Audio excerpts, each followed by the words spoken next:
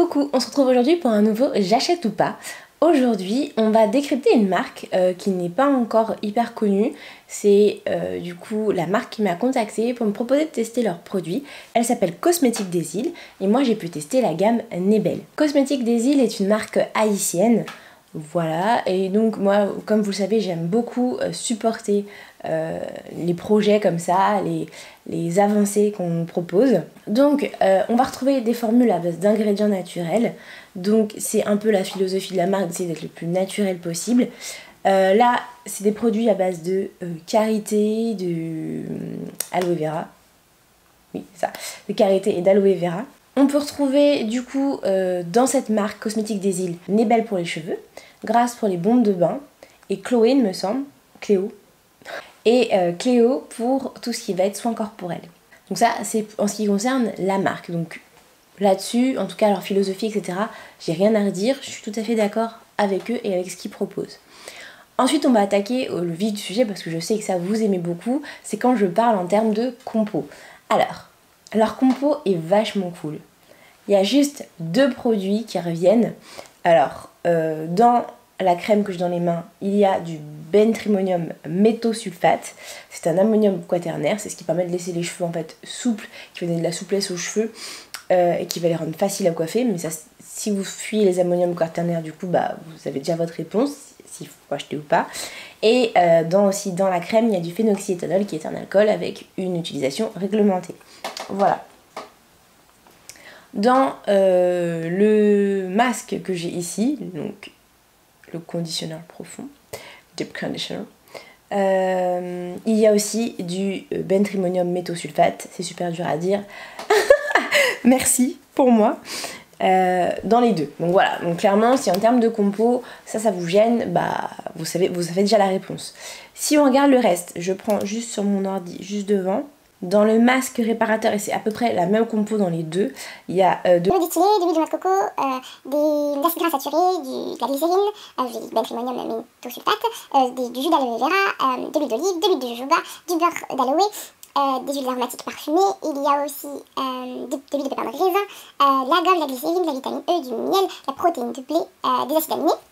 Voilà, pour la liste non exhaustive des produits qu'il peut y avoir dedans. Et c'est quasiment la même composition pour la crème hydratante. Après les avoir testés longuement pendant 2 mois en fait, tous ces produits-là, je peux maintenant vous en faire mon retour avant de vous dire si j'achète ou pas ces produits.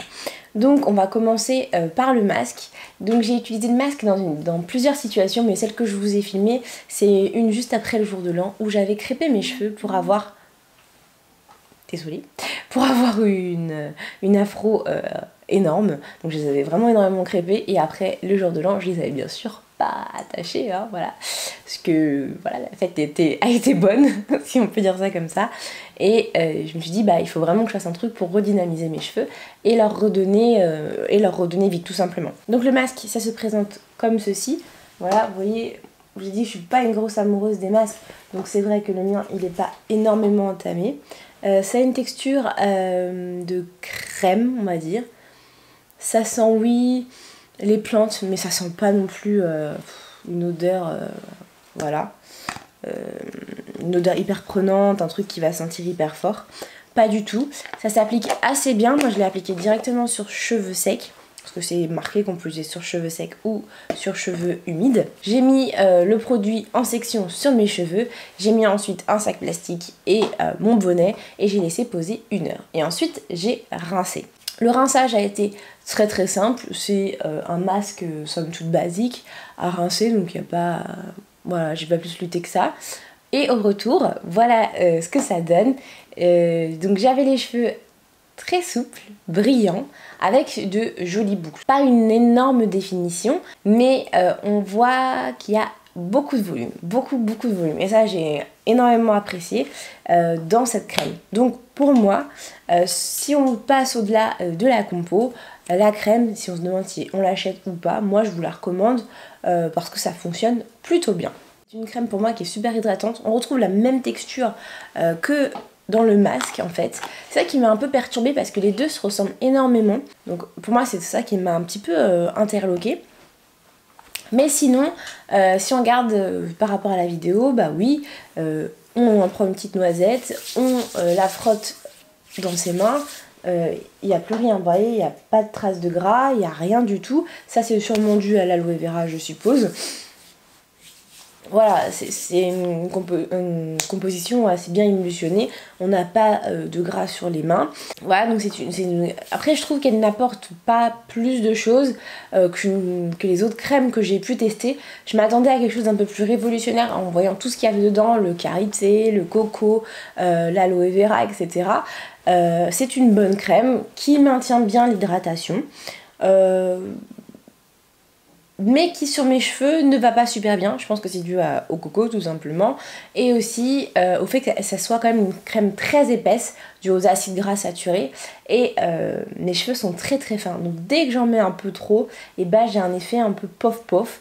Et du coup mes cheveux sont lourds et n'ont plus autant de volume, et de mouvement que avec les crèmes que j'utilise là actuellement. Donc j'achète ou pas la crème, moi je vous dirais, bah, si vous voulez tester quelque chose de nouveau, allez-y.